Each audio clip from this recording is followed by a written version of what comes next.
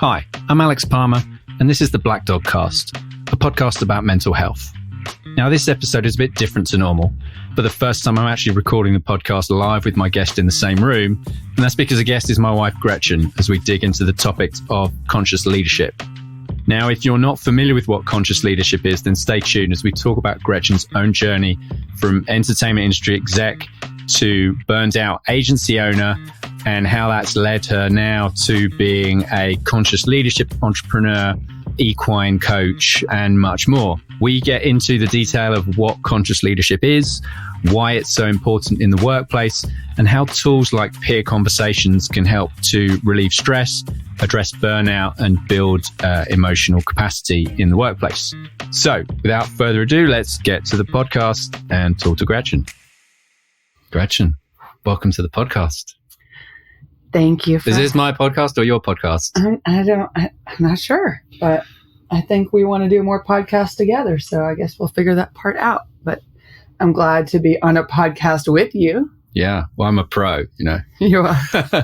I love listening to your podcast. Thank you. Thank you. Well, this is a first, obviously. It's a first having you on the podcast. It's a first doing a podcast in person with the other guest. Yeah.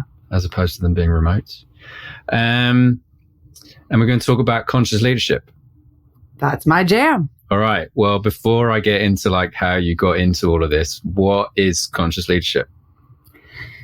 Ultimately, consciousness equals self-awareness. So it's leading from a place of self-awareness. And the people that are the most conscious leaders are the ones who are the people who ultimately like professional development and personal development and are seekers. They want to do a better job. They want to create better companies. They want to create better cultures. And they are the people who are leading us into what is the next wave of business. Okay. So it's like a leadership style, right? Because some of that stuff that you talk about, that, I mean, I would think that applies to any business leadership, right? It should, for sure, but we live in it's the way that it's done. Hold on, I just want to say this other thing is that those all should apply and just be leadership, but that's not the truth of what leadership typically looks like. You know, most of us have been steeped in a very toxic culture when it comes to work. The Industrial Revolution era really was about efficiency and productivity and trying to make humans into robots. Mm-hmm. And the thinking was kind of like, leave all your emotions at the door, show up, produce as much as humanly possible, and remove anything that gets in the way of that, really including people's humanity and their life experience and their emotions. And that has created a very dysfunctional culture, which people are rebelling against the world over right now. This is the whole heart of the Great Resignation. And so, sure, these are things that just should be leaders, but most leaders aren't doing the work they need to do to get this new conscious leadership type of leadership done. And, or also, most leaders don't get the support they need to be able to do that work. We give to other people. Very rarely are people given to us. We being leaders. We being leaders. Right. Okay. So this is obviously something that you're into and that you're passionate about. How'd you get to this? And what does this look like for you? What are you doing in this space? Thank you for the question. I guess I'll try to be brief. There's a few different sort of threads to how I got here. One being I was raised by a mother who is an entrepreneur, built her own business. I think she had 400 employees when she sold that business. And she was always a thoughtful, kind, intentional leader. So I've had that as a role model. I'd say that's thread one. So kindness has been a way that I've been brought up. Then cut to me working as an adult and have had tremendous amount of exposure to toxic culture and perpetuated it myself. So it's where I've gotten to is a lot in reaction to what I've experienced in the workplace. And then I've been a seeker and done personal development stuff, and I really enjoy that kind of as a hobby. I spend a lot of time and resources on my own personal development.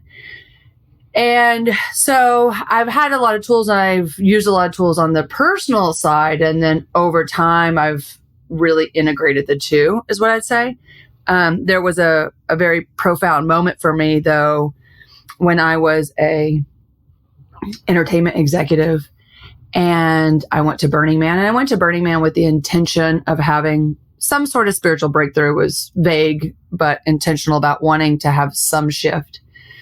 And what happened was something that I really didn't get until reflecting on the trip. But that was a time in my life where I made a lot of money. I had a big expense account. I had celebrity access. I traveled when I want. I really, on paper, had everything that... You were living your best life. I mean, no, I actually was not living my best life. On paper, it looked like that. That's why I say it. Yeah, exactly. Because most people who are like supposedly, in quotations, living their best life are just portraying a facade of, here's my wonderful life. Right. And I believed in it, honestly. There was a lot to enjoy. Having access to money and celebrity is fun. And people treat you a specific way when you have that. And I think that kind of goes to my point in that when I was at Burning Man, people aren't there to talk about work. People are there to have this alternative reality experience, alternate reality experience. And so because people aren't there to talk about work, I found myself with no interjection point to bring up my job so that people could treat me with the quote unquote respect that I thought I deserved, and basically, feed my ego. And because there was no place for me to interject that, I literally had nothing to talk about. And the whole time, it's like it was a series of me opening my mouth and shutting my mouth again without saying a word for a week, because I literally had no idea who I was outside of my work. My entire identity had been based around my work. And I walked away from that trip reflecting like, whoa, who am I? Who am I if I don't have this job?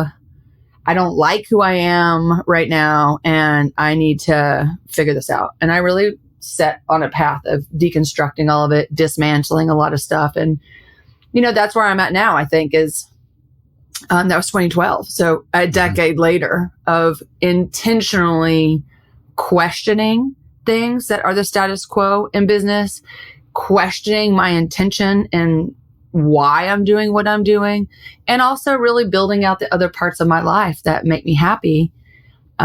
So, over a decade of doing that, that means a whole bunch of different things. It means creating a company that's values-based.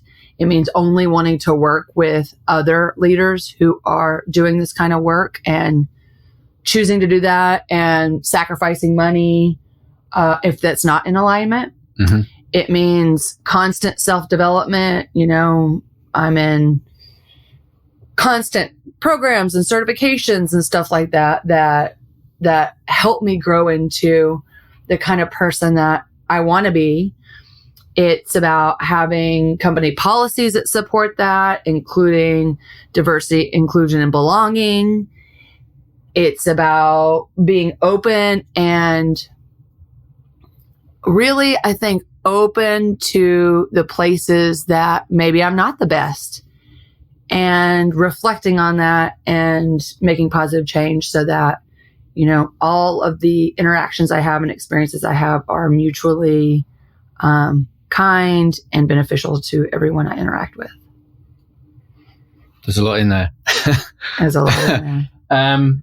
Okay, I want to talk about what this looks like now and what you're doing. But the first thing that came to mind when you were talking through this is, and this is maybe a way for people to understand this.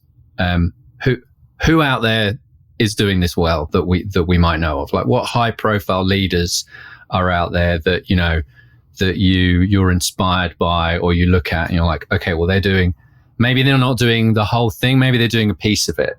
Yeah, that's a good question. I think one example you can look at is people that are doing the work to have B certifications. B Corp. Yeah, certifications, because it's a lot of work and you have to really show the work that you're actively trying to be a good company. So anybody that has a B Corp cert has done a good job. I think, shout out to Chris King Components in the bike industry. One of the only B Corps in the bike business. Cool. Yes. Love that. And then, and the little I know about Chris King from you, I know that they really value culture and the wellness of their employees over profitability. Yeah, for sure. And then, I think Patagonia was a super early leader. Yep. Yvonne Chouinard. Thank you. French mastery. So they, I think, are one of the biggest leaders. The company, and now their CEO, which I forget the woman's name that's now the CEO. Rose, somebody or other, isn't it? I think. And I've written a post that includes her name, so I hate that I'm forgetting her. So you'll have to put it in the show notes, maybe. But she's taken over the mantle. Ben and Jerry's, I think have done an amazing job. I think Target as a company does a great job. When you see companies align with their values, even if that means that they may lose some money, that's always for me an example of somebody that cares more about what they're doing than only making money. And look, we all, want our businesses to make money. I don't think you have to sacrifice. In fact, the Healing Organization is a book written by Raj Sisodia, who is one of the early founders of the conscious leadership movement and conscious capitalism movement. And in the Healing Organization and other books he's written, I think written half a dozen or so, he shows how actually more profitable companies are when they're creating the kind of cultures that people want to work at, and also really giving themselves in their heart and soul and spirit, maybe soul and spirit, the same thing. We can get into that later. To the work that they're doing, right? I mean, that's the bosses, employee leaders' dream is for people to take on the business as much as they would if there were their own business. And I think over and over again, people with these kind of companies with this kind of culture have people that are rising above what's being asked of them. Mm-hmm. So I think that's a whole bunch of different examples you can look at. Yeah. It's funny. I wrote down one when you were talking through that about companies that are not afraid to stand up for their principles, even if it hurts their bottom line. And that made me immediately think of Nike, but I wouldn't put them in this like conscious leadership. I've known people that have worked there that have said it's not necessarily a very nice place, but they put their neck out and they stand up for, things like Colin Kaepernick. Yeah. And they took a lot of flack for that. Yeah. But does it make you question whether, are they almost being too savvy? Well, I guess that brings up a myth, which is that conscious leadership is a destination instead of a journey. And I think that, it's not something that you arrive at one day and you're like, oh, you now have you're a conscious leader. You have a conscious organization. It is a practice, like yoga is a practice, and you have to do it day in, day out. And companies and people can make conscious decisions and not have conscious culture throughout their whole organization. I applaud all positive movement. I just am always going to be pushing for more. Yeah. And and having a conscious culture is, I think, where we're at today. And, doing it from a brand and a marketing perspective is important, but that's not the only thing. And I guess I don't think it's the most important thing either. Yeah. I guess another recent example here in the United States are companies that are coming out publicly and saying that they will continue to offer their employees support if they need an abortion, despite, the possibility of Roe v. Wade being overturned. And, I'd like to talk about that for a second, because I was on a pretty good webinar recently by PrismWorks, and this topic came up. And my opinion is that when companies are confused about which things to align with publicly, my line is human rights. I think human rights, we don't have to get into politics, and I understand companies not wanting to get into politics, but I don't think human rights should be political, and I think all of us need to be standing up for human rights. Mm-hmm. And that includes a woman's right to have bodily autonomy. Mm-hmm. Some companies, yes, are standing up for that, and I really appreciate it. I know a lot of companies are not standing up for it because they don't know how to talk about it. And I think that is something that comes up in this conversation a lot. And that's a lot of the work I'm doing is, it's like, why aren't men talking more about feminism? Why aren't men talking more about Roe v. Wade? This is a family. This affects families, not just women. Mm-hmm. Why is it only mostly women that are speaking about it? I think ultimately that's because most men don't know how. And so I think that this is a work that needs to be done. We need to help people know how. And it's the same with companies. I think a lot of companies don't know what to do and don't know how to address these topics. But, avoidance is not a solution. Yeah. I mean, it makes me question whether, and the example I saw was Salesforce, right? Salesforce.com. And they put a thing out saying that they will cover the relocation costs of a member of staff that, like, let's say they have somebody who lives in Texas and they can't get an abortion, that they would pay for them to relocate to a state where they could get that. Mm-hmm. I mean, that's all great. The cynic in me is kind of like, they don't need to put PR out about that, right? It's kind of like getting extra points. Well, that's not how I see it. No, okay. But like, companies could just enact something like that privately without necessarily needing to put PR about it. And the other thing is, I don't know, if you're a woman working in one of these companies, are you really going to go? Like, it takes a lot to go to your boss or your HR department and have this conversation. And we're getting off on a tangent here, but I don't know. I have two thoughts. Okay. Number one, it's most important for the values to be enacted from a process, policy, infrastructure way than a marketing communications way. Number one, most important. Number two, though, voices matter. Right. Standing up and saying and communicating and putting the release out, this is what we're doing, matter, and help move the needle and help encourage other companies to do the same type of work. So I think it's important, and I definitely applaud them doing that. Will a woman go, and again, I don't know why we have to talk about this from a women's perspective. Will a man go and say he needs to relocate because his wife needs to have an abortion, right? No, it's not a really woman's issue. Yeah. This is a family issue. Yeah. But that comes to also a conscious culture, because ideally what we're creating is cultures where talking about hard things are more normalized. People spend the majority of their waking hours at work.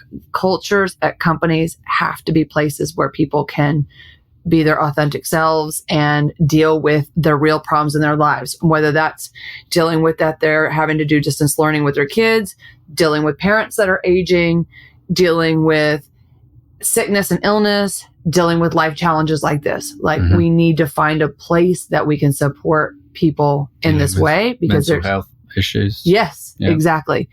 And have approachable people that are designated to help. Maybe it isn't. I mean, a lot of times we know HR is there to protect the company. Mm-hmm. And that's why I have someone that's titled as wellness and productivity manager. Wellness is a different role. And she knows that, hi, Hannah, I'm sure you're going to listen to this.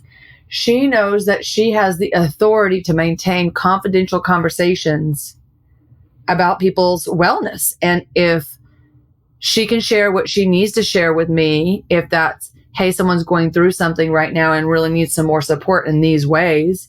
And I'm not going to ask her, what's the thing that you're keeping from me that they told you? Like, we have some space for her to be able to do that job. And all companies need that. And maybe that's a different role than HR. It probably is, right? Yeah. I mean, yeah. All right. So you had this realization in a dusty tent at Burning Man. Dusty, like sweaty. 10 years ago. Yeah. And then you went away and built your own company in that time. And help companies now with this work. And now what is this? Yeah. So what does this look like now for you? What exactly are you doing? So we're doing conscious organizational work focused on leaders primarily right now. And we describe leaders as anybody that pushes for transformational change. So that could be executive, that could be a manager, that could be somebody that is the person that's always the one raising their hand saying, hey, we should do this differently. Mm-hmm. What I have found is that everyone that pushes to create better organizations and transformation are the people. It's exhausting. I mean, it's beyond people's jobs. People have their jobs that they're doing functionally, and then they see opportunity for improvement, and then they stick their neck out to help push that change. And it is hard to be the person that always stands up for what's right, stands up for other people.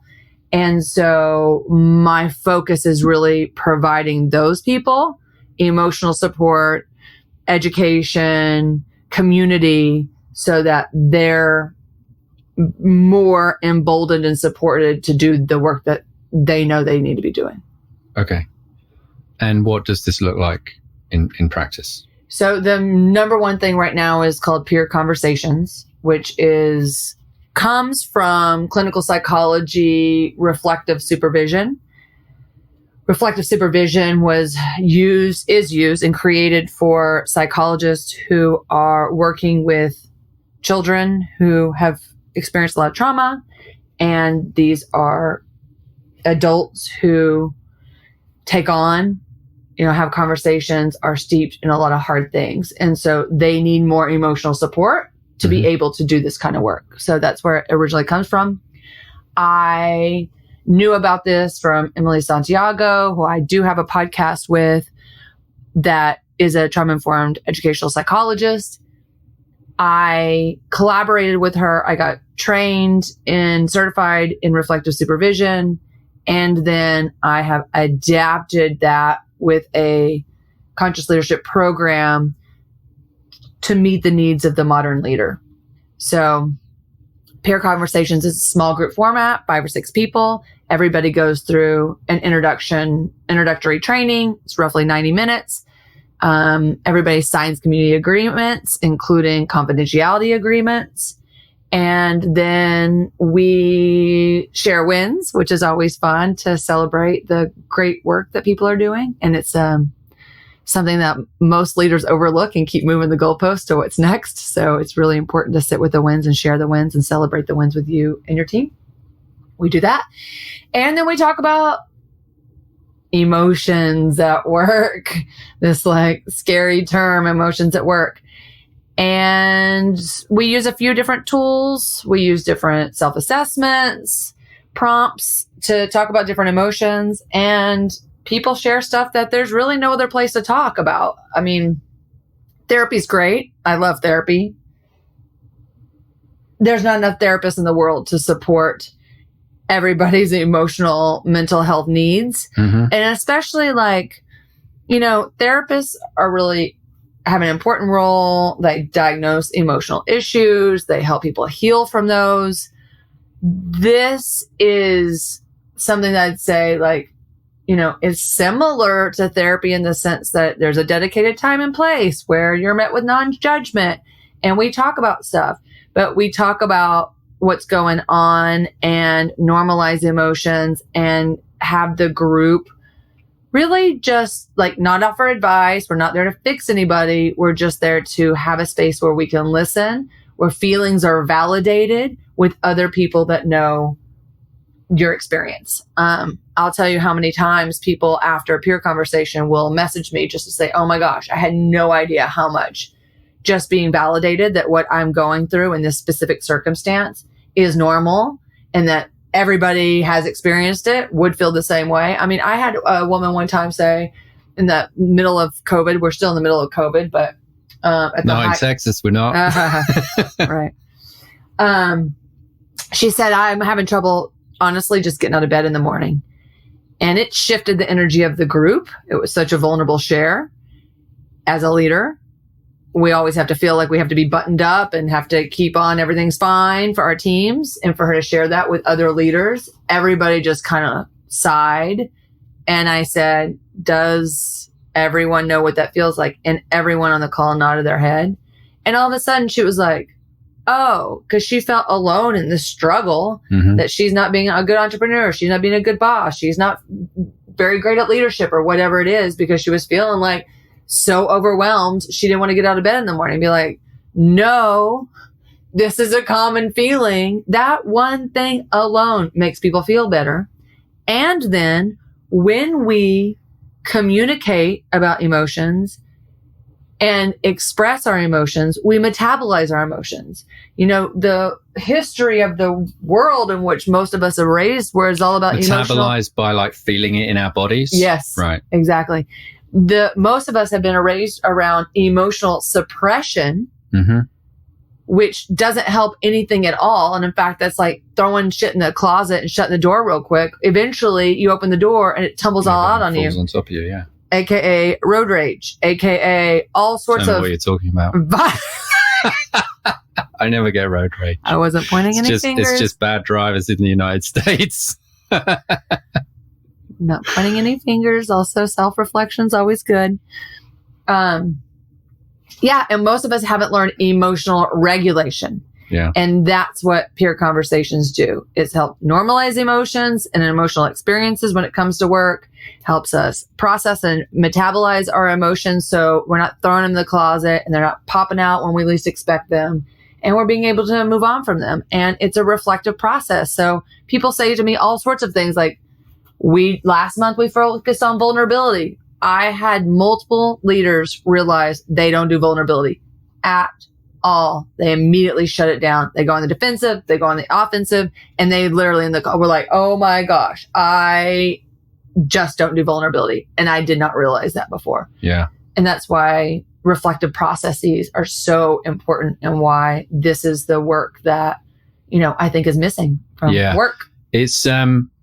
It's very similar to, it's a format that I'm seeing a lot in other domains and that I've actually talked to people about on the podcast. So I know with the podcast I did with Nick last week, yes, it was very serious and very hard hitting, but he, one of the charities that he supports and one of the tools which has been really helpful in his recovery is a peer support group just aimed at people that are dealing with grief or depression, or that they have it's called the New Normal. I was chatting to another guy yesterday who's got this mood tracking app, and I'm going to do a podcast with him this week. He told me about this thing which Ruby Wax, who people in the UK will know about, called Frazzle Cafe, which is... I love that name. Yeah, no, it's brilliant, isn't it? Again, exactly the same principle, but it's sort of open to anybody sharing. And then, the men's work stuff as well is, again, I think very similar principle. It's a closed group, it's a container. People can talk about things privately. They can express anything that they want to, and everybody else is there to just empathize and not judge and not give advice. And so it's definitely a format that's gaining traction. Yeah. I guess the question I have is that with your version of it, are people just coming along and talking about work stuff, or how personal do they get into, I don't know, if somebody's experiencing like serious mental health issues or relationship issues, are they allowed to bring those to this format? Yeah, people are allowed to, because being a conscious leader also is about, the whole human. So those things impact people, and they impact people for work, right? If you're having some, extenuating circumstance in your life, which, in the last couple of years have just been kind of constant, that stuff impacts your work. We do frame it mostly in a work context, but we also can bring all those other experiences because they impact work. But we are there to, just like, some of those groups are focused on mental health, when it comes to, grief or stuff that's specific. Ours is, the context is around the work and leadership experience. Yeah.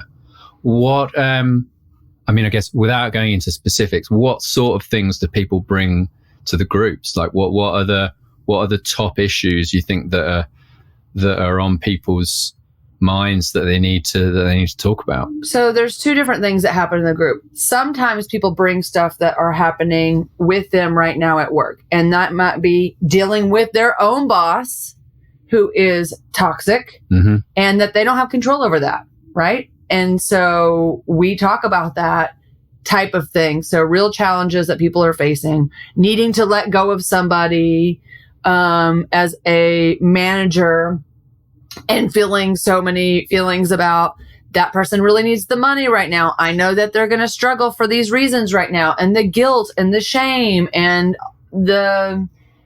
all the things that go along with having to have these responsibilities. So we talk about that. And then also, I usually say, we do some self-assessment. Does anyone have anything that came up for them or that they brought to the call they want to talk about, so that those things can come up and we can talk about them? But then also, I usually have some other thing that we'll do. A lot right now, we're talking about specific emotions and helping people. Like I said, we talked about vulnerability last month. And this month, we're going to talk about anger. And we talk about how that shows up in their bodies, because all of us, with being steeped with emotional suppression, don't really have skills around emotions. And so by being more self-aware, gaining emotional intelligence about ourselves, that lends itself to also doing this kind of work and being empathetic and being able to understand these and other people. And so, and then, it's back to where people are sharing around specific emotional experience. And when people are sharing around an emotional experience that is shared, when you know what that feels like, it resonates in your body. And so then we have somatic empathy, and that's part of metabolizing the emotion. Both the people that are sharing, it gets metabolized, but also we metabolize the emotion that we have in our bodies that lets us relate to that emotion in somebody else. Yeah. Pretty cool. Yeah. How does you want to know something? When I just said like somatic empathy, I could feel your body connect to mine as well. There you go. Like, it's cool that even just having a conversation about this can shift somebody's state into being more present. Well, I've also done a lot of work on this stuff, Gretchen. Yes, you have.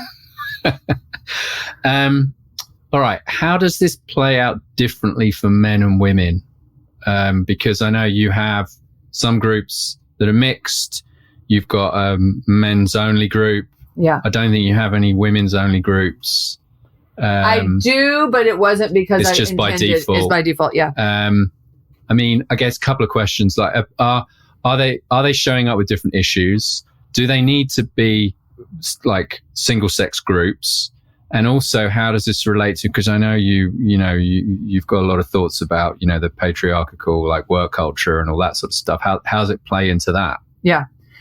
The biggest thing, I guess, that's been the most profound with this is the stuff that I think in mixed gender groups, how eye-opening it is to know that we all have the shared experience and things aren't as gendered as we think. I remember on one call, a woman said, she had just had her first event since COVID. Events are part of her business. And she caught herself after doing these peer conversations and being more reflective in her body.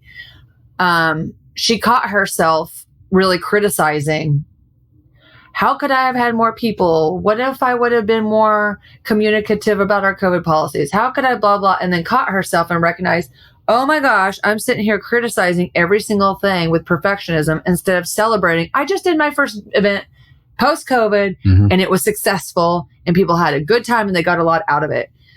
And she then said to a guy on the call, I would love to know from you because this feels like such a women's response of perfectionism if it really is just women. And he said, no. I recognize every single thing that you just said. That happens to me too. And I cannot tell you the number of times that has happened. And in that moment, it was all women and one man. And all the women were like, really? All of us believed that perfectionism was ultimately a woman's kind of result of patriarchy. And by the way, with patriarchy, women and men are the people that are hurt by it, not just women. But so in mixed genders groups, we learn a lot from each other that these are shared things and we're all going through them. Women typically seem to have more language around them, seem to have more ability to understand their sensations in their body and how it relates to emotions.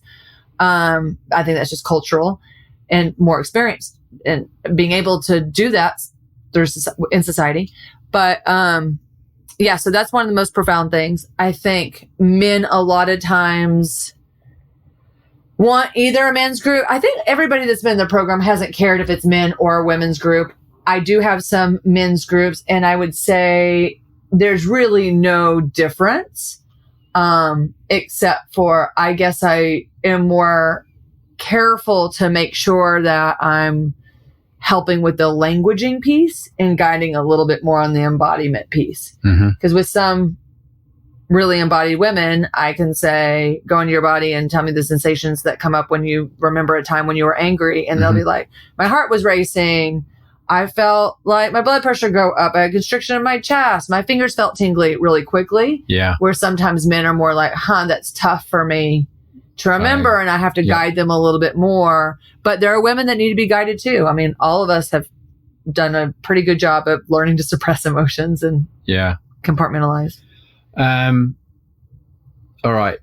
I had this question for Tim Neal, who I did a podcast with last week. He's a men's coach. We were just talking about the format of men's groups, which, there are a number of similarities. But, you're getting into a gray area when it comes to therapy, right? Or I think there's a lot of overlap. You're touching on similar themes, similar subjects. What do you do if somebody could start downloading in one of these groups and it could turn into something traumatic that is beyond the scope of this group and that they need to be seen by a professional, a different professional. Right. Well, a few things on that. Number one, trauma and supporting trauma isn't just in the vein of therapy. Lots of people are trauma informed and have skills to help support people having a trauma exposure response and even flooding where their parasympathetic system's taking over, fight, flight, freeze, and helping them manage that. So dealing with trauma is not just for therapists. However, in the context of peer conversations, in that case, if something came up, I would pause as gently as I can, tell that person that I think this is something that we should talk about one-on-one, and that I would contain it and give them tools in that moment to help them be safe. And if I needed to leave the group for that person to be safe, I would leave the group to talk to that person one-on-one. Yeah. and then ascertain when talking to that person whether they have a therapist, whether that is something that they need support on. I do have the tools to be able to help someone in that moment. At the same time, my focus and function as a coach and as a reflective supervisor isn't to heal emotional trauma, but emotional trauma can come up when talking about emotions. Right. So to me, the healing work, although talking about your feelings is healing. Yeah. So, and there's a lot of ways in which it's healing, but I do. And those are the types of things where I would point somebody to a therapist. Yeah. Okay. You touched on coaching.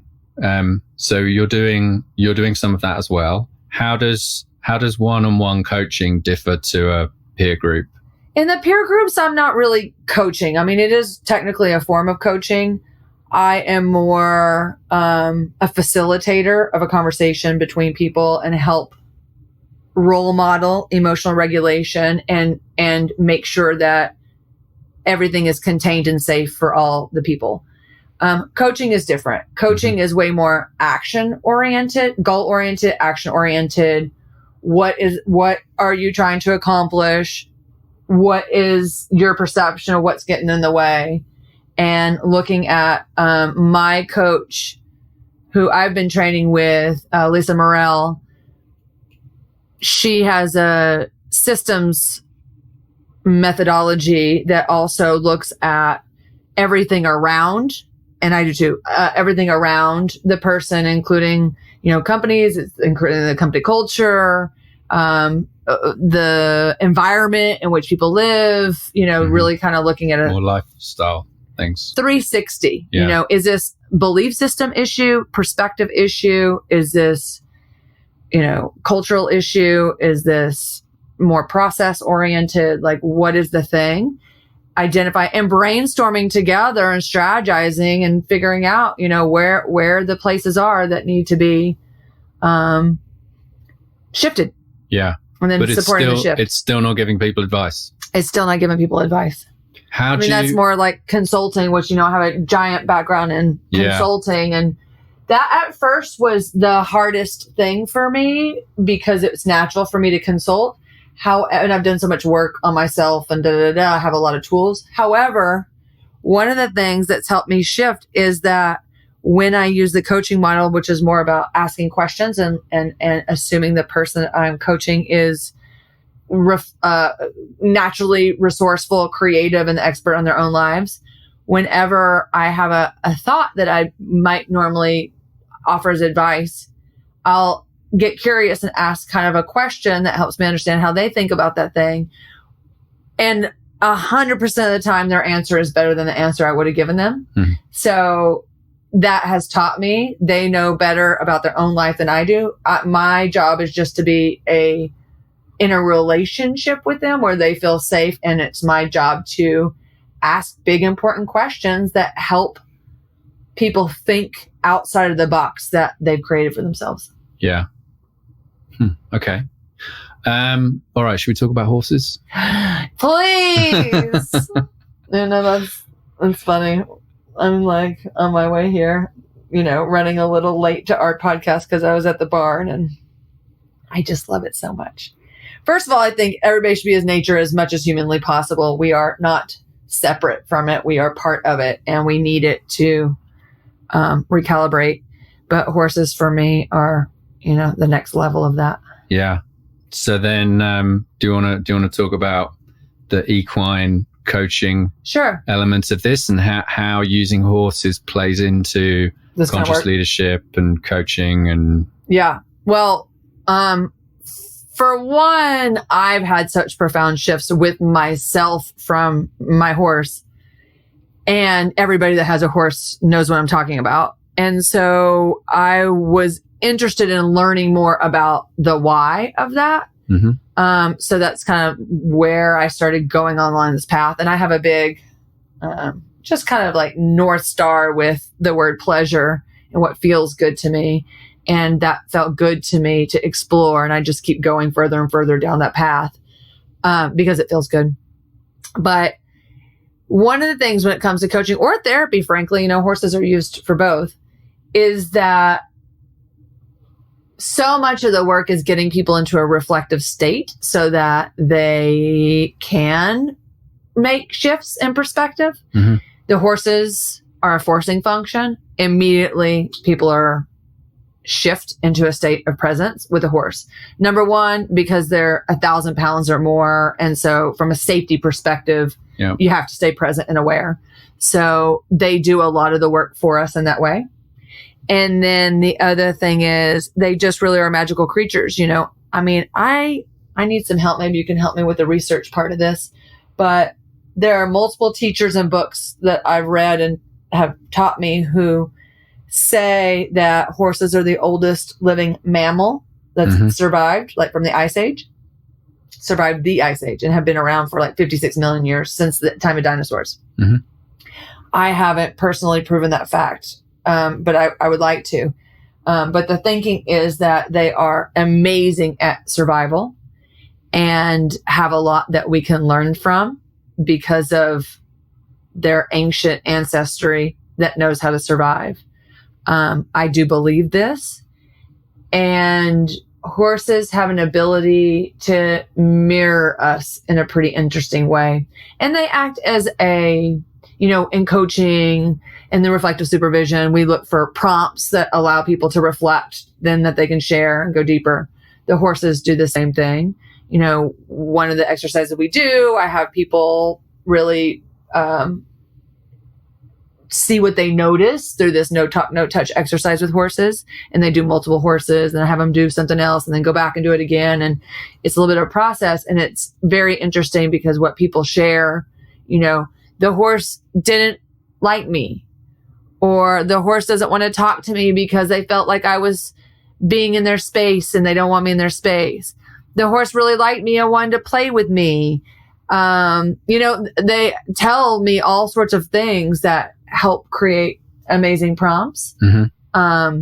So hang on, with an example like that, what does somebody take away from that? If they're a business leader and they come and they do some equine coaching and they have an experience like that, how does that then impact what they take away into their professional life? It creates more self-awareness. And also because we then debrief after that, there's self-awareness that happens about the stories and the biases we tell ourselves. So for example, the first time I did this exercise, I recognized that I felt rejected because the horse didn't want to interact with me. Didn't want to kiss you. Yeah, exactly.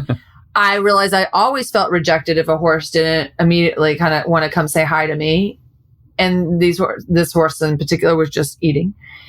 And then through the reflective process, I actually realized that I am reserved with new relationships. And I don't always, the first time someone's in my space, go up to them to be like, hey, let's be friends, which is what I was expecting of the horse. Mm-hmm. And also I don't do it because it's just preserving my own boundaries and what I want. And so then I was able to be, that horse maybe has nothing to do with me. Maybe that horse just doesn't know me and it wants to do its own thing. So I realized both how much me being standoffish could make other people feel rejected. Mm-hmm. And that then I can also look at someone that's being standoffish with me is not about me. Mm-hmm. So all of that happened through this one exercise. Yeah. Right? Mm-hmm. So then I'm interacting with people differently in every way after that, both from a perspective of how I might be perceived and making sure that I'm not making assumptions about other people's reason why they're behaving a certain way and not making it about me. Yeah. I've got a million of these stories. There's a woman that did one of our retreats recently, and she recognized how much she's bringing stories and fear and biases to her work, and how then that is actually impacting the outcome in potentially a negative way. Mm-hmm. And she didn't realize she was bringing all this bias to the interaction. Yeah. Huge. Same exercise. Yeah. A question on sort of industries and workplaces that are very much not conscious. And, if I think there was some comments by like the head of Goldman Sachs or JP Morgan or something, just about like, this is ridiculous. People need to get back to the office and blah, blah, blah. Like it's business as usual on Wall Street sort of thing. Are those businesses going to keep doing what they're doing because people still want to go work for them and make the big money, and they're prepared to put up with the shit that comes with that? I say the healthier people are, the less likely that is to function.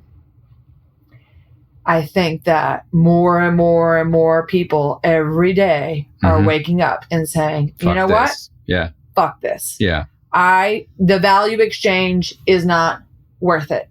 I am not going to sacrifice my mental, emotional, physical health, because let's be honest, emotional health and mental health affect physical health. There's no, extrapolating these things. We are a integrated environment inside us, and all of these things impact each other. And I'm not going to do it for money. Every day, more and more people are waking up to that. And sure, there are maybe always going to be unhealthy people that say, fine, give me the money, I'll do it. But I think my goal is to eliminate that. And my goal is for healthy and unhealthy people to demand that they work at places that are healthy for them. Yeah. I mean, it's just really ridiculous. Sure, business can be profitable. You can trade, but also, work life needs to be balanced. People should not be working 60, 70 hours. It's one thing to have like a moment in time, before our pivot into really focus on the leadership space, and we were doing social and digital marketing for big companies. When there's a big campaign that has to launch, we all know we're going to have to all rise to the occasion. That may be a 60-hour work week, and there may be 2 of those. But we put in place that our company culture is a 35-hour work week with pretty generous vacation policy, so that the norm isn't that. And then people have something that they can pull from because they're balanced to be able to rise up. But that we don't expect people to work like that forever. It is impossible. Yeah. People get sick. People have heart attacks. A lot of people that lead this kind of thing look terrible. Yeah.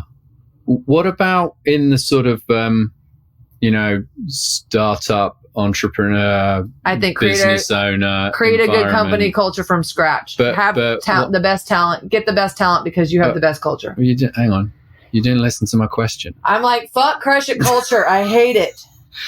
No, but sometimes in those environments, it's very hard to escape the pressure. And it might be, the pressure of being, just look at my own situation, that pressure of being like the sole owner of a business and bearing that financial risk 100%. And you're at the whim of the success or failure of the business.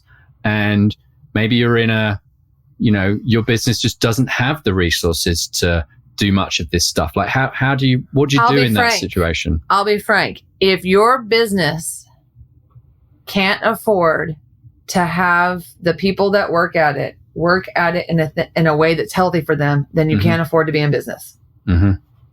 Period. Should McDonald's be able to make money off people working at wages that are terrible for them and, totally not functional? No, they to shouldn't. Serve an expensive, cheap meat? I mean, no. Yeah. Then you know what? We should be cooking at home more, or we should, we should be digging up parks and growing vegetables, and yeah. We need to find other solutions if that solution is not functional. Yeah. I mean, it begs the question whether how much of this at a very top level is just down to the fact that legacy capitalism shapes everything that we do in such a way, and we're like the whole society is geared towards more.